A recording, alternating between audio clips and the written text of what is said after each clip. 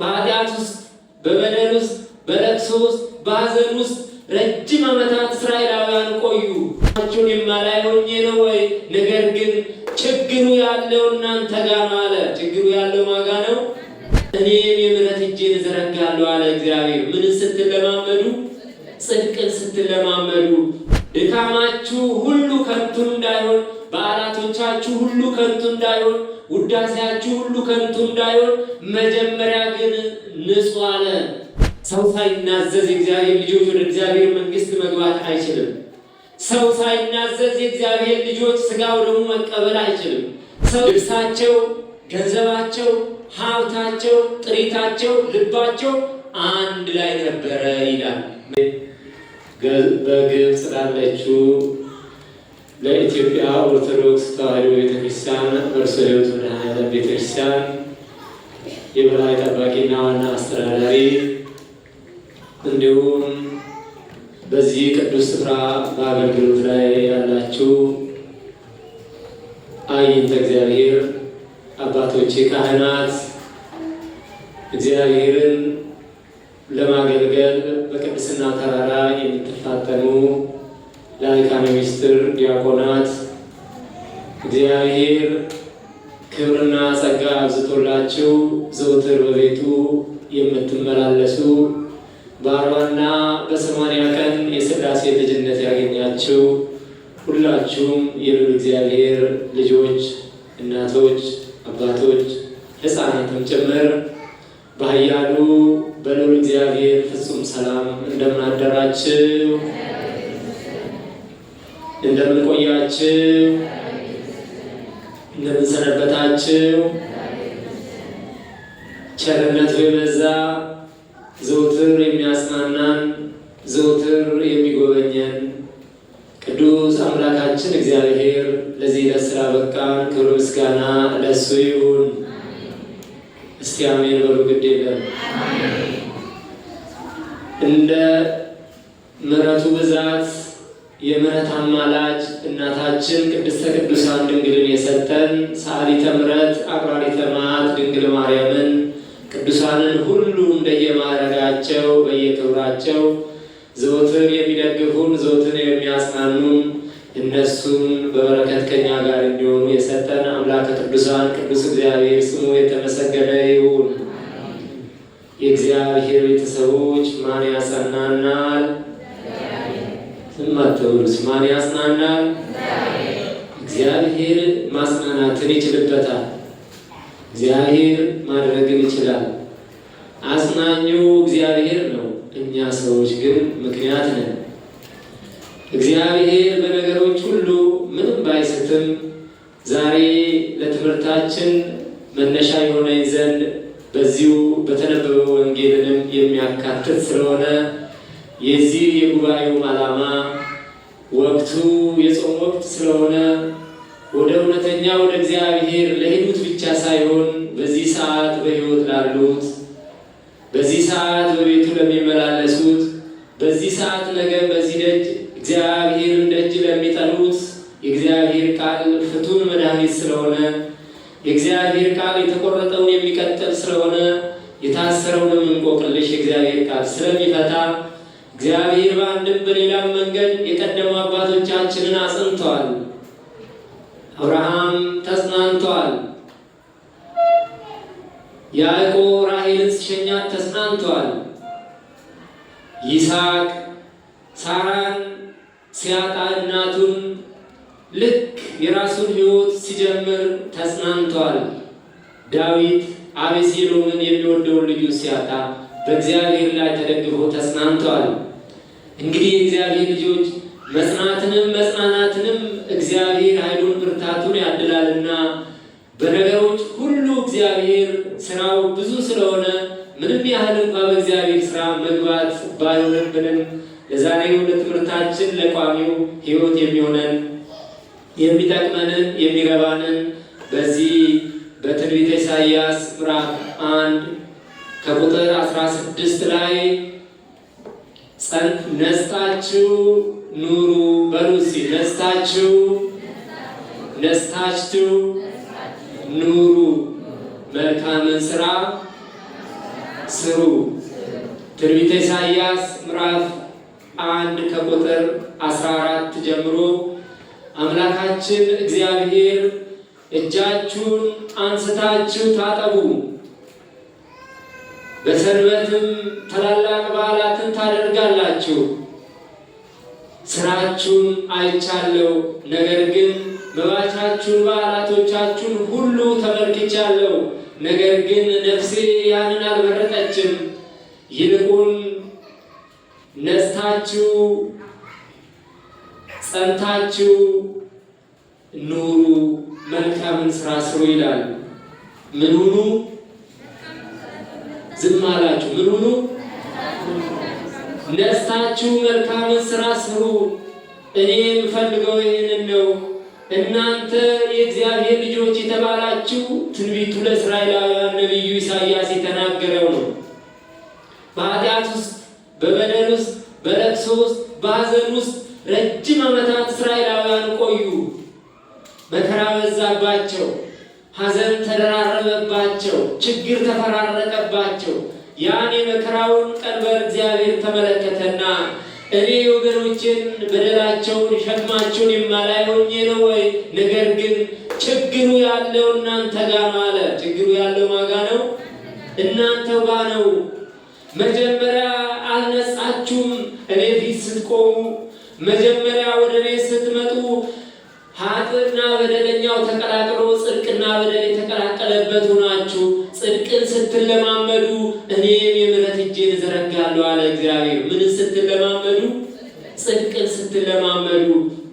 ሕይወትን ስኖራችሁ ድካማችሁ ሁሉ ከንቱ እንዳይሆን፣ በዓላቶቻችሁ ሁሉ ከንቱ እንዳይሆን፣ ውዳሴያችሁ ሁሉ ከንቱ እንዳይሆን መጀመሪያ ግን ንጹሕ አለ።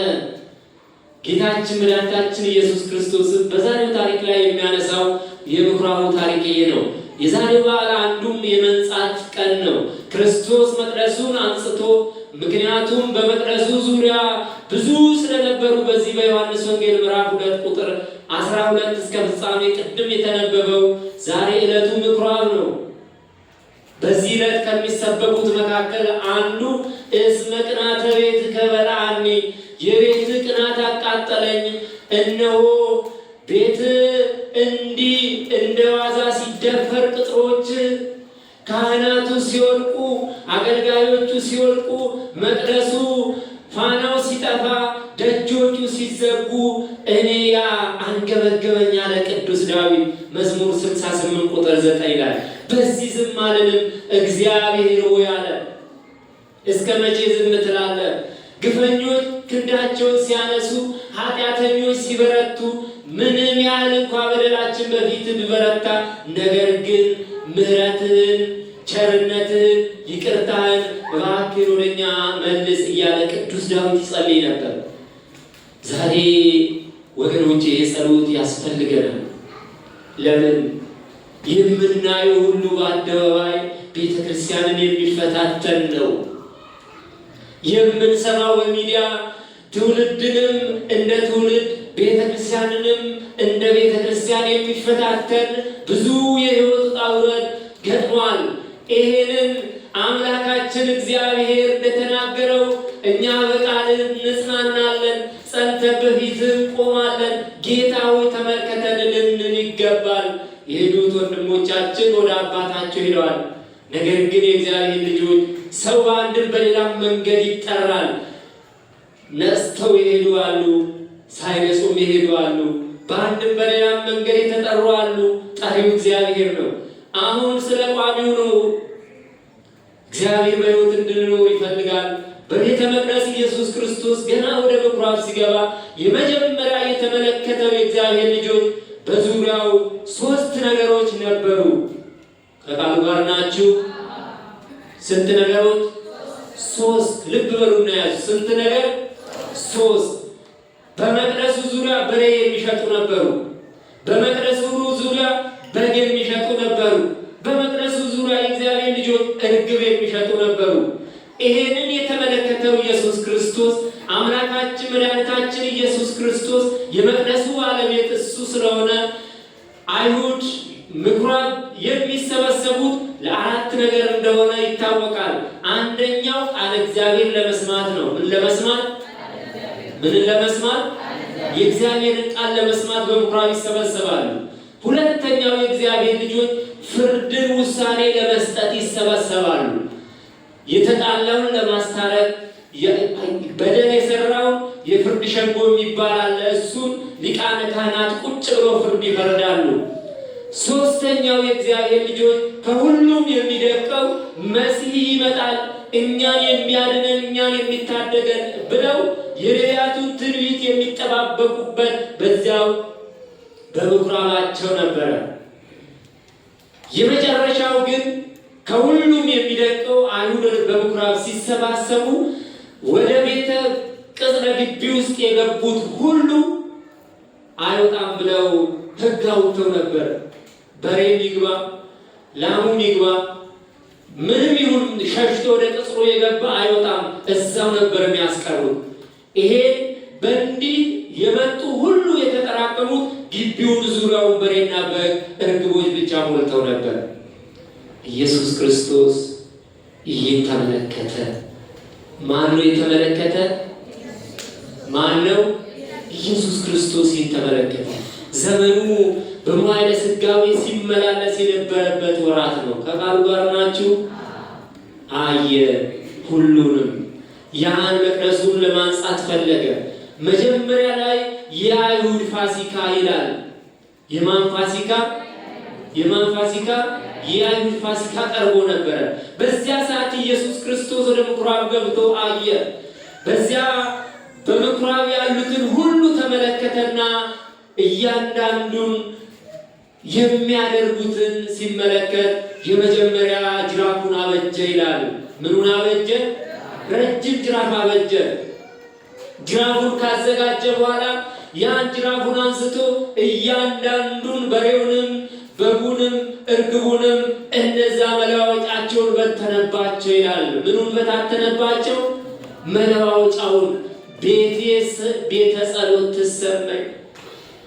ይህ ቤት የእግዚአብሔር ቤት፣ እኔ የምከብርበት፣ ያዘኑት የሚጽናኑበት፣ የደከሙት የሚበረቱበት፣ ብዙዎች እንባቸው የሚታበስበት ስፍራ ነው እንጂ አሁን እናንተ እንዳደረጋችሁት አይደለም አለና አይሁድን ገሰጸ።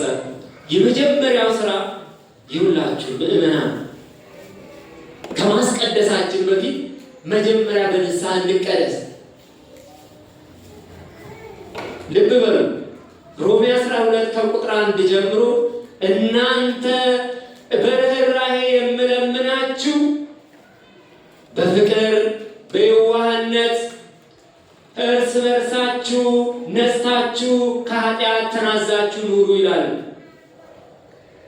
ሰው ሳይናዘዝ የእግዚአብሔር ልጆች ወደ እግዚአብሔር መንግሥት መግባት አይችልም። ሰው ሳይናዘዝ የእግዚአብሔር ልጆች ሥጋው ደሙ መቀበል አይችልም።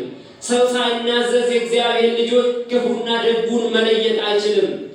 ይሄንን ነው ክርስቶስ የመጀመሪያ ማንጻት የጀመረው። አይሁድን ከምድራዊ ጥቅምና ከመንፈሳዊ ለያቸው። መንፈሳዊው ሕይወት ነው እግዚአብሔር ፊት ያደርሳል። ሥጋዊው የእግዚአብሔር ልጆች ጥፋት፣ ሞት፣ ነውር ነው።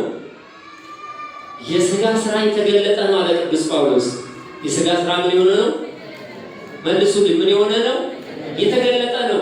የሥጋ ሥራ ይታያል። መግደሉ የሥጋ ሥራ ነው። መዝረፉ የሥጋ ሥራ ነው። ጥላቻ የሥጋ ሥራ ነው። ጥርጥሩ ይህ የሥጋ ሥራ ነው።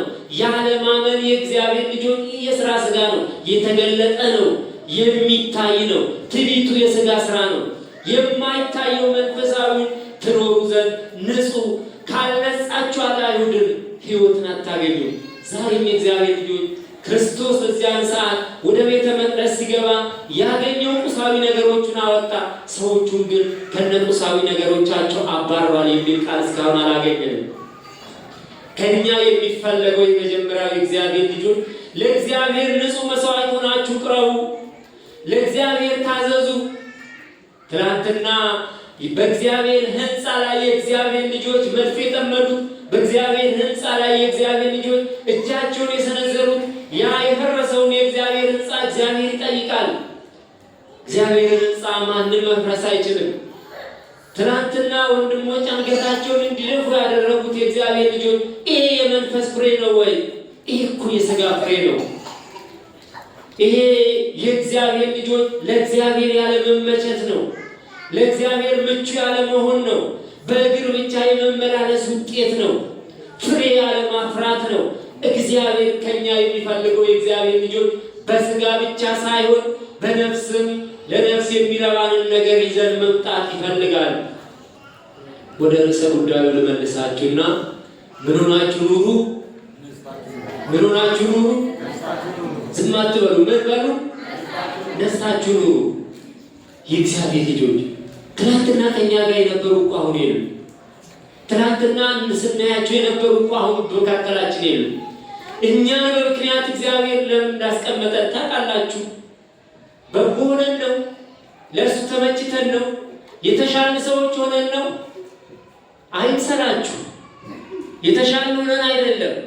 እግዚአብሔር የንስሐ ዕድሜን ሊሰጠን ስለፈለገ ነው። እግዚአብሔር እንድንጠፋ ስላልፈለገ ነው። በአንድም በሌላም መንገድ እንድንማር እግዚአብሔር ፈለገ። ይሄ ካላስተማረን ምን ያስተምረን?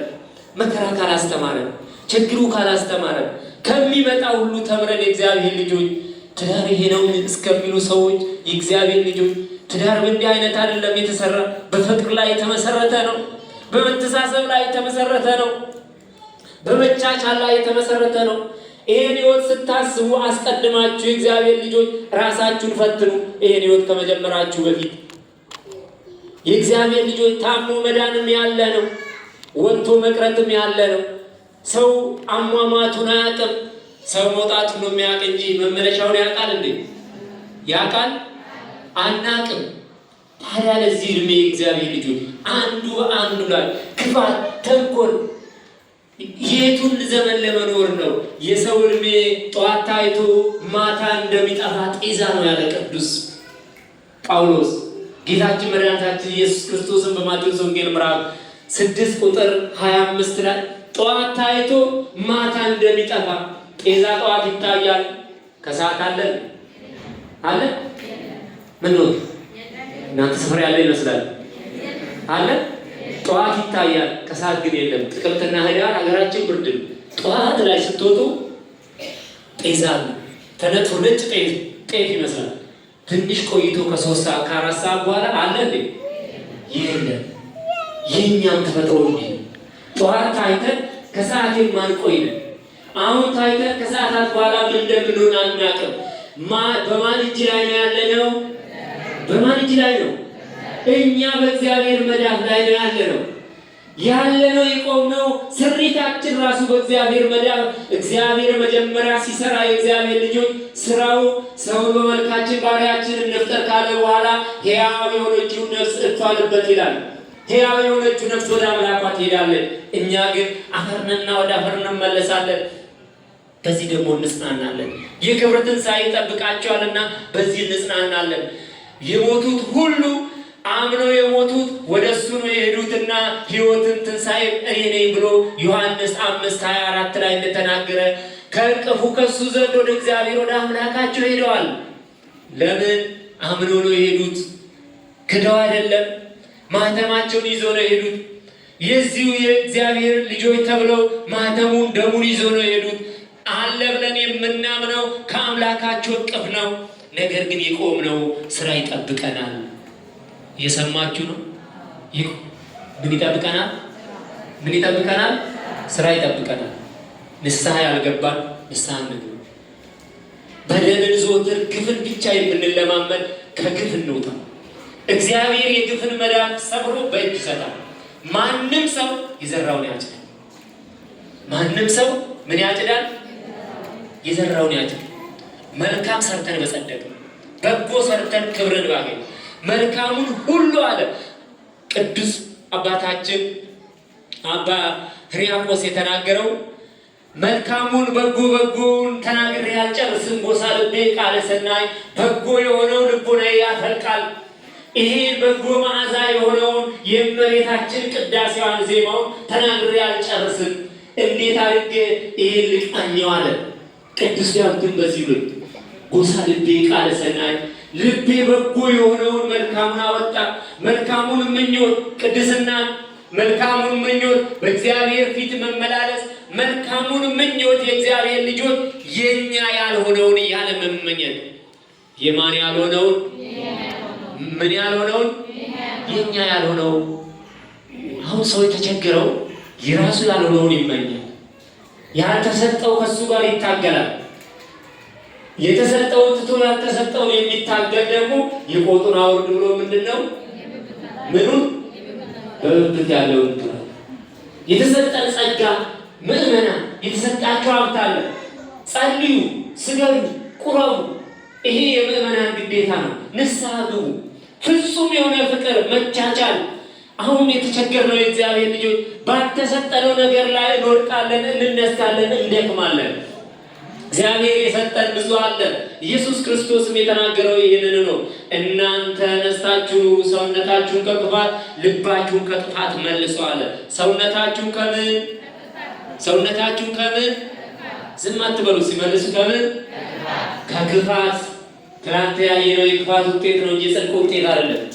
ትናንት በዓይናችን ያየነው በጆሮአችን የሰማነው የጽድቅ ካባ አይደለም። ኢትዮጵያውያን በእንዲህ አይነት ስም አንጠራራም። አሁን ዓለም የሚያውቀን አብዛኛው በመገዳደል ሆነና ነገሩ ከፋ። ምሕረቱን እግዚአብሔር ወደኛ ያምጣ። ይሄ የሩቅ ምስራቅ ሰዎች እግዚአብሔር ልጆች በእኛ ላይ እየሆነ ያለው በአደባባይ የምናየው በሚዲያ የምንሰማው የሚፈትን ነው። ለዚህ ታጥቀንም ተዘጋጅተንም አንድ ሆነንም በተሻገር እንኳን ተለያይተን ይቀርናል። አንድ ሆነንም ይህን ክፉ ዘመን ባለፍ ነው። ተሰባስበንም የእግዚአብሔር ልጆች ልባችን አንድ አድርገን በዘመነ ሐዋርያት የሐዋርያት ሥራ ምዕራፍ 5 ላይ ልብሳቸው፣ ገንዘባቸው፣ ሀብታቸው፣ ጥሪታቸው፣ ልባቸው አንድ ላይ ነበረ ይላል። ምናቸው? ያላቸው ጥሪታቸው አንድ ላይ ነበረ። እንደ አንድ ቃል ተናጋሪ፣ እንደ አንድ ልብ መካሪ ሆነው አንድ ላይ ተሰብስበው ይጸልዩ ነበረ። በዚህ ውስጥ ሆነው ነው ሐዋርያት ሃይማኖትን ያጸኑ። በዚህ ውስጥ ሆነው ነው ሐዋርያት እችን ቤተክርስቲያን በክርስቶስ ዓለት ላይ እንድትጸና ያደረጉ። በእንዲህ ልብ ሆነው ነው አባቶቻችን ወደፊት አሻግረው ትውፊቱን፣ ቀኖናውን፣ ስርዓቱን፣ ዶግማውን ለእኛ ያደረሱ።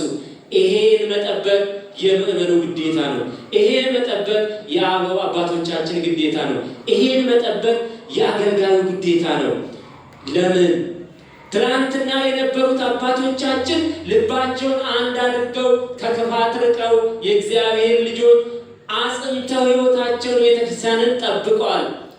ዛሬም የእግዚአብሔር ልጆች ያለው ወጣት ቤተክርስቲያንን ከሚከስና ቤተክርስቲያንን ከሚጠብቅ ይልቅ ቁጥሩ የትየለሌ ነው። አብዛኛው የቤተክርስቲያን ቅጽ ሆኖ ከሚታየው ይልቅ ቤተክርስቲያንን በሚዲያ የሚከስ ይበዛል። አባቶችን በሚዲያ የሚከስ ይበዛል። የአንዱን ገበና ለማጮህ የሚፈልግ ይበዛል። ይሄ አያሻግርም። ይሄ ምን አይነት አያሻግርም። ትውልድንም ቤተክርስቲያንን ይሄ አያሻግርም። የሚያሻግረው ሰብሰብ ብሎ የእግዚአብሔር ልጆች የሆነብንን ሁሉ ችለነው እግዚአብሔር ፊት በንጹህ ልብ ክፋትን ነውርን አርቀነው። አይሁድ በዚያን ሰዓት በውስጣቸው ብዙ ነገር አለ። ክርስቶስ እያንዳንዱን በእነሱ ጋር የነበረውን ለየና አንዱ የመጀመሪያው የበሬ ነጋዴውን፣ ሶስቱ ነጋዴዎቹን ልጥቀስና ወደሚቀጥለው ሄዳለሁ። አንዱን የበሬ ነጋዴውን ክርስቶስ ከመቅደሱ ሲያነሳ በሬውንም አወጣ፣ ነጋዴውንም አወጣ። ለምን? በሬ በባህሪው እርሻ ያርሳል። የፈለግነውን ሁሉ ብናሰማራበት ገንዘብም ያመጣል። ይሄ ምሳሌው ክርስቶስ። በዚያን ሰዓት የነበሩት አይሁድ ሊቃነ ካህናት ለነበሩት ምንም የማይጨነቁ ቢሆኑም እንኳ ነገር ግን በሬው የመጣውን በሬ ተጠቅሞበት መጨረሻ ሽጦ መጨረሻ ላይ ደግሞ ያንኑ ቁሳዊውን ነገር ትተው በዛው ይሄዳሉ። ክርስቶስ አሁን መንፈሳዊውንና ዓለማዊውን ለይቷል። ሰው ሁለት እግር አለኝ ብሎ ስንት ዛፍ መውጣት አይችልም። ስንት ዛፍ? ስንት እግር ነው ያላችሁ? ስንት ነው? ምን ተኛችሁ? ስንት? አንዴ ያለ ይመስለኛል የሚቃወም አንድ ያለው አለ። እንግዲህ በችግር ሊሆን ይችላል እንጂ በተፈጥሮ ሰው ስንት እግር አለው? ሁለት እግር አለው። ሁለት እግር ካለን ደግሞ ስንት ዛፍ ነው የምንወጣ? ስንት? አይ ስንት ነው? ወንዶች እርግጠኛ ናቸው? ወንድሞች እንድታረጋግጡ ይፈልጋለሁ። አንድ ነው ሁለት? አንድ። ሁለት እግር እንኳን ምንም ያህል ቢኖረንም ስንት ዛፍ መውጣት ምንችለው? አንድ ዛፍ ነው። ይኸውላችሁ ሁለት ነገር በአንድ መቅደስ አይስተናገድም። ይሄንን እመኑና ሂዱ። ቢዋጥም ባይዋጥም ቢመችም ባይመችም ቢመርም ሁለት ነገር በአንድ መቅደስ አይስተናገድም። መንፈሳዊውና ዓለማዊ አንድ ላይ አይሄድም። መንፈሳዊያን ከሆነ መንፈሳዊያን የመንፈስ ልጆች ተብራችሁ በጸጋ የከበራችሁ እናንተ በደሙ የተዋጃችሁ የደሙ ዋጋ ናችሁ አለ። ማኅተመ ደሙን ይዛችሁ አሁን የመጨረሻው ነጋዴ የርግቡ ነጋዴ ነው። እሱ ምእመናን ነው። እርግቧን አባረረ፣ ነጋዴውንም እዛው መቅደሱ አስቀረ ይላል። እርግብ ማለት የዋናት የመንፈስ ቅዱስ ምሳሌ ነው።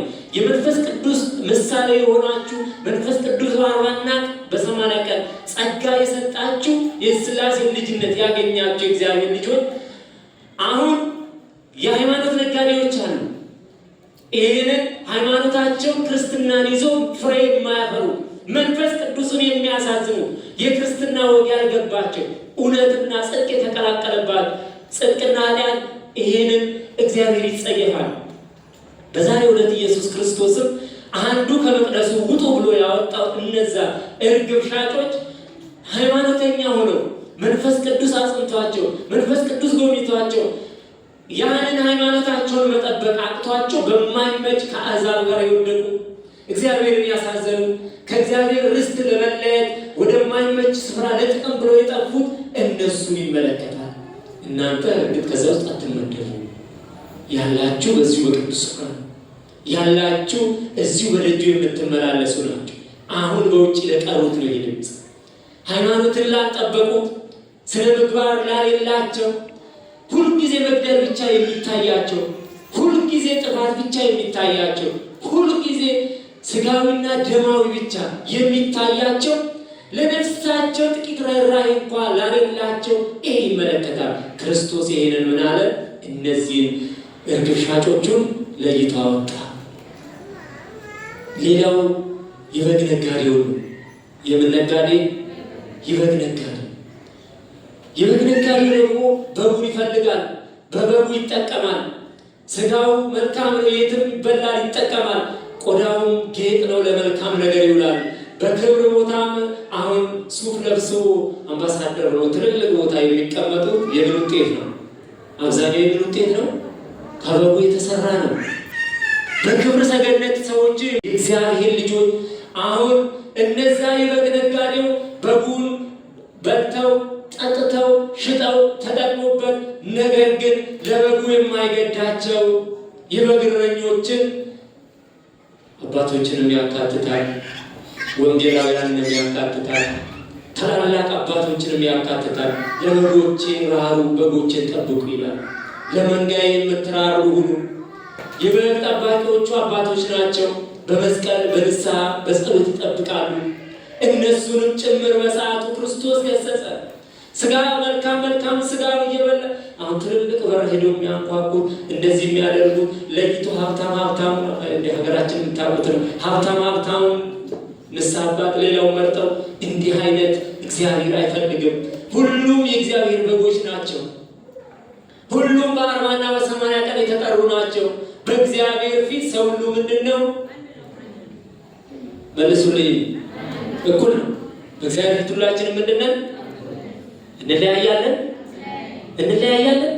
አንለያይም። አሁን እንደው የምታገኙትን ደሞዛችሁን እየቆጠራችሁ ነው ይበልጣለሁ ብላችሁ ካሰባችሁ ተሳስታችሁ። እሱን አታስቡ።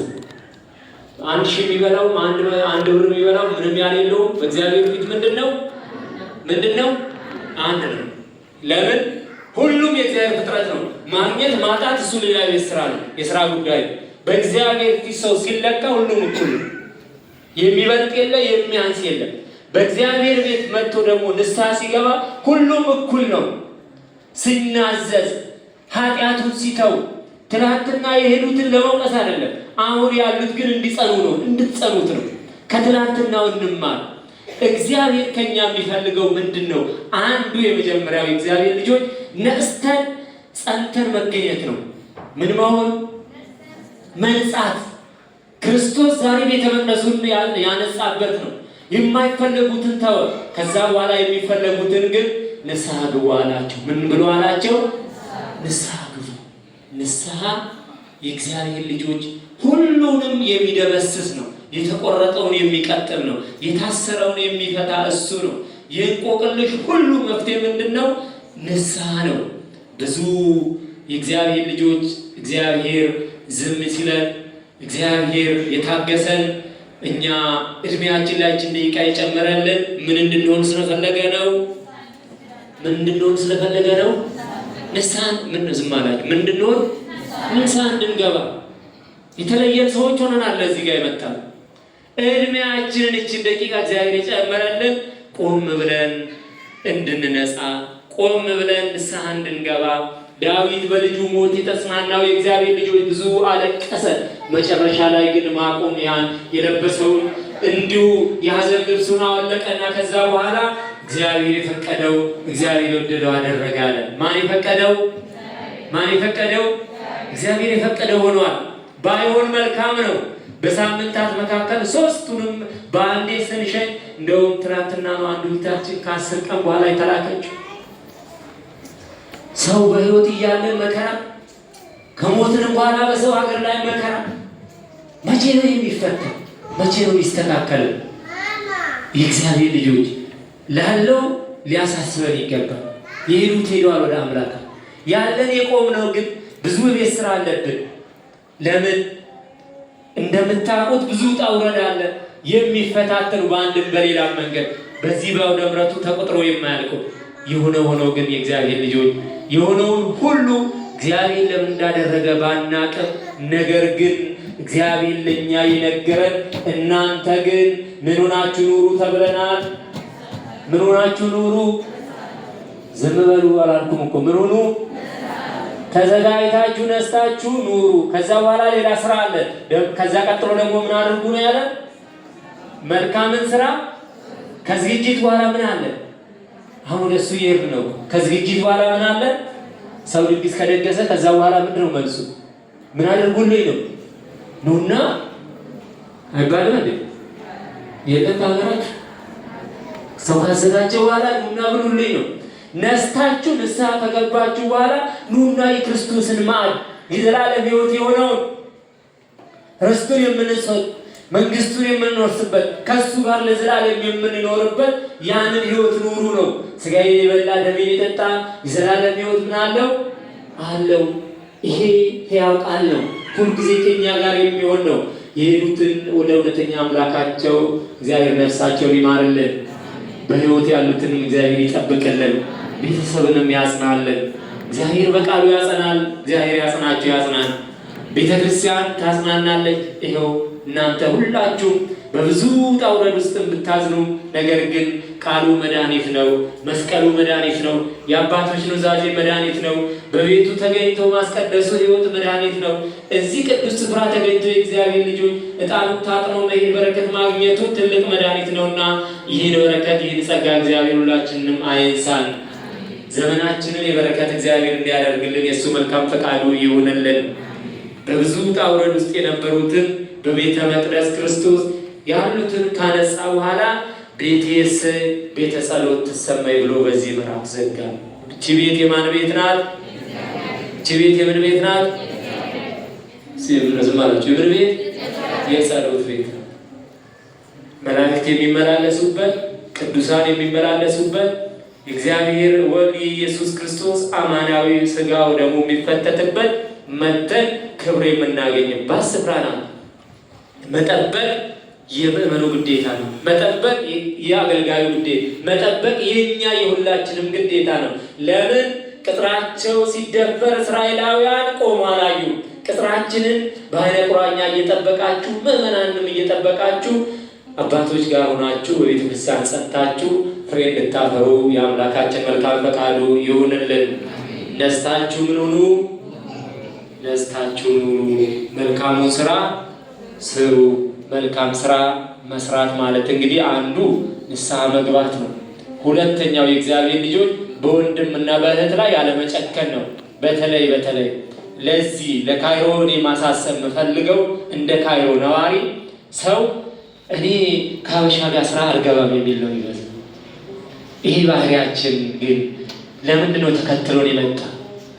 አሁን በየስራ ቦታው እኔ ከሰው ጋር እኔ ከገሊት ጋር እኛ እርስ በርሳችን ስራ ቦታ እንደው ነጮቹ እስከሚታዘቡን ድረስ አረቦቹ እስከሚታዘቡን ድረስ የኛ ያለ መግባባት አንዱ ለአንዱ መድኃኒት ሲሆን ሲገባ አንዱ ለአንዱ ህይወት መሆን ሲገባ አንዱ የአንዱን ሸክም መሸከም ሲገባ ይሄን ያህል ያመረር ነው። ያ ምሬት አድጎ እስከ መገዳደል ያደርስ። እውነት አሰለ እውነት ነው አሰለ እውነት ነው።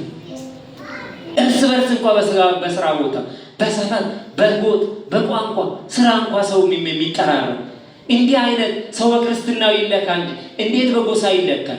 እንዴት በቋንቋው ይለካል? እንዴት በማንነቱ ሰው ይለካል? እስቲ ከዚህ ህይወት እንውጣ። መጀመሪያ እግዚአብሔር አይፈልግም እኮ ይሄ በዚህ ልክ የተሰራ ነው ካለን አሁንም ይሄው እያመጣ ያለው እርስ በርስ አንዱ ከአንዱ ጋር በስራ ቦታ እንኳን ያለ መግባባት አንዱ ከአንዱ ጋር ያለ መቻቻል የእሷን አይን አያሳየን። ግን እኮ ቆራቢ ናት። ሰው ቆመችበት እንደው አልቆ ተመላላሽ ናት። ይሄ አንዱ ለአንዱ ያ አድጎ ያ ከፍቶ ይኸው እዚህ ትልቁ ደረጃ ቤተ ክርስቲያንንም ልጆችንም ሌላው ደግሞ የደከሙት አሉ በማስታመም የወደቁትን በማንሳት በበጎ አድራጎት ቤተ ክርስቲያን ከጎናቸው ቆመ። ሁለቱንም ወንድሞች ሳላነሳም አላልፎ በዚህ ቤተሰብን አጽናንተዋል፣ ደክሟል። አስከሬንም በመሸኘት የወጡት የወረዱት ስም መጥቀስ ባይሆንብኝ የወጡት የደከሙትን ማን ነው ዋጋ የሚከፍለው? ማን ነው? ከሰው እናገኛለን ብላችሁ ነው እንዴ? ነው አይደለም፣ ከእግዚአብሔር ነው የሚገኝ። ሰውን በክብር ስትሸኘው የከበረውን እግዚአብሔር ያከበረውን ስጋ አክብረ በክብር ስትሸኘው እግዚአብሔር ደግሞ ለአንተ አክባርኛ ሸኝ ያዘጋጃል። ይህን ማሰባል በገንዘብ የተራዳችሁ በሀሳብ የተራዳችሁ በየትኛውም መንገድ ወጥታችሁ የወረዳችሁ ይሄ በጎ ስራ መቀጠል ይገባል።